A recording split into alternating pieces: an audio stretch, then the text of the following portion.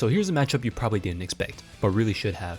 On one side, we've got the plants from Plants vs Zombies. Sure, they're cute, but they fought off full-scale zombie invasions, aliens, and even time-traveling threats. And on the other side, the monkeys from Bloons Tower Defense. Tactical masterminds who spent decades popping everything from party balloons to massive doomsday blimps. Both of these teams come from the tower defense games, but at their peak, they're ridiculously overpowered. So today, we're diving deep, looking at the strongest versions from across the games, their abilities, their feats, and figuring out who would really win if they went head to head. Let's break it down. Plants vs Zombies franchise started in 2009 as a casual tower defense games, but it quickly grew into something much more. We've got sequels, comics, spin-offs, 3D action games, and even a superhero card battler. Each game added new plant types and upgraded the old ones. In some of the later entries, these plants became fully capable fighters, not just static defenses. They fought off everything from standard zombies to robotic abominations, alien invaders, and even cosmic threats. And thanks to games like Plants vs Zombies Garden Warfare 2 and Plants vs Zombies Hero, we've seen how far their power can scale. For this analysis, we're focusing on the strongest versions of these plants, particularly their forms from Garden Warfare 2, Plants vs Zombies Heroes, and even a few overpowered units from Plants vs Zombies 2. Plants vs Zombies probably isn't the first franchise that comes to mind when you think of cosmic horror,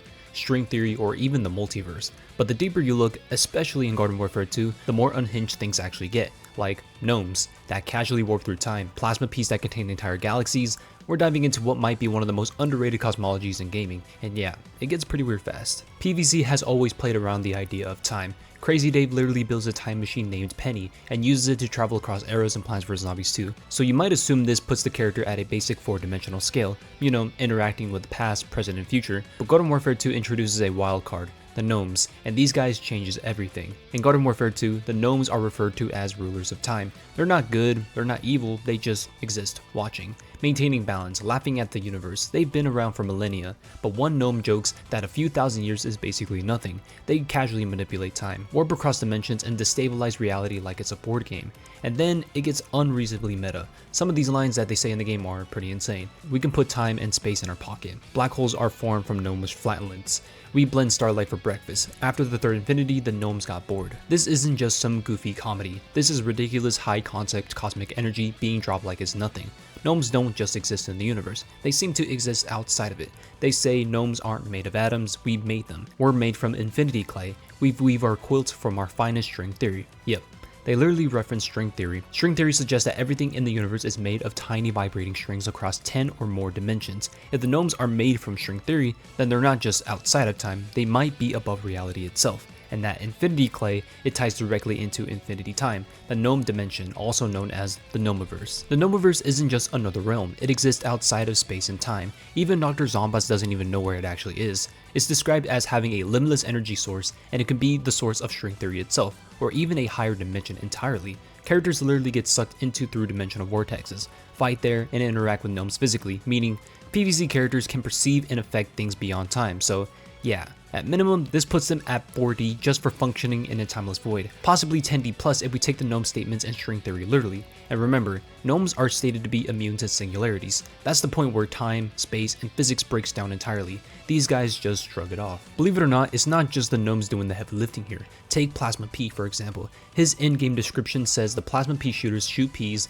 that are entire universes unto themselves, peas of swirling, twirling galaxies, sewn from the very fabric of space-time. This is a direct universal plus statement, and yes, it is official. Or how about Cytron, who rips holes in space-time, Cosmic Brains, who summons black hole with his fist, and party characters who casually open rifts into the gnomiverse. Even if you ignore the comedy, the feats still scale hard. So what does this all mean for scaling? At minimum, universal plus, possibly multiversal plus, depending on interpretation of gnomes in infinity time.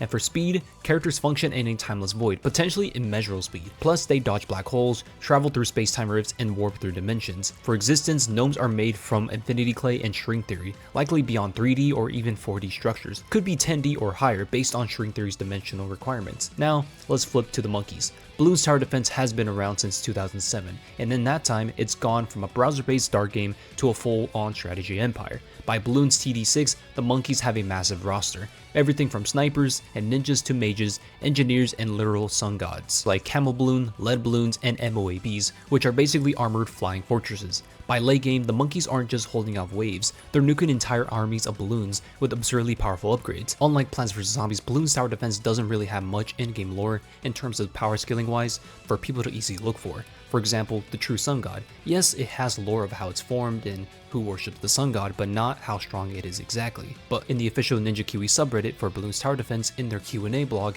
they confirmed that the monkey apprentices exist digitally in the quantum realm, and this is back in October 2020. And literally, as I'm recording this video on June 13, 2025, in their Q&A blog, that the Bloons Tower Defense universe is part of an infinite universe. I'm pretty sure they didn't mean it like that, but I'm working with what I got. There's also a fan claim that the vengeful true sun god, when boosted, is able to destroy all of existence, but there is no in-game dialogue or description or devs confirming this claim. But the vengeful true sun god is widely viewed as the most powerful non-paragon tower. But then there's Phayze, a boss in Bloons Tower Defense 6 who literally rips the fabric of reality. It warps space to appear further down the track and resist a traditional monkey damage. And yes, the monkeys defeat it, or as in you, the player's responsibility to defeat this balloon. This means we've got monkeys capable of busting through reality warping anomalies and fighting in a multiverse filled with quantum beings. And when compared to the plans from Plants vs Zombies, well, that's a battle worth watching. But both teams scaling way higher than you think, the plans wield time, galaxies, and even dimensions as playthings, the monkeys literally break reality and rule over quantum realms, so who wins? If you scale based on consistent lore and in-game feats, the plans take the edge in dimensionality, potentially tapping into 10D plus structures through gnomes and plasma P, but the monkeys are more refined and direct in their destructive power. BTSG and its buff can potentially wipe out multiverse threats with raw energy. Determining who wins this is pretty difficult to say. Without the lore and focusing on just display, then the monkeys definitely take this, but with it, the plants is much more consistent and absolutely takes this victory. But I'll leave it up to you guys. Who do you think wins? The dimension breaking plants or the multiversal monkeys? Drop your thoughts in the comments and don't forget to like and subscribe for more showdowns like this, and I'll see you on the next one. Peace out.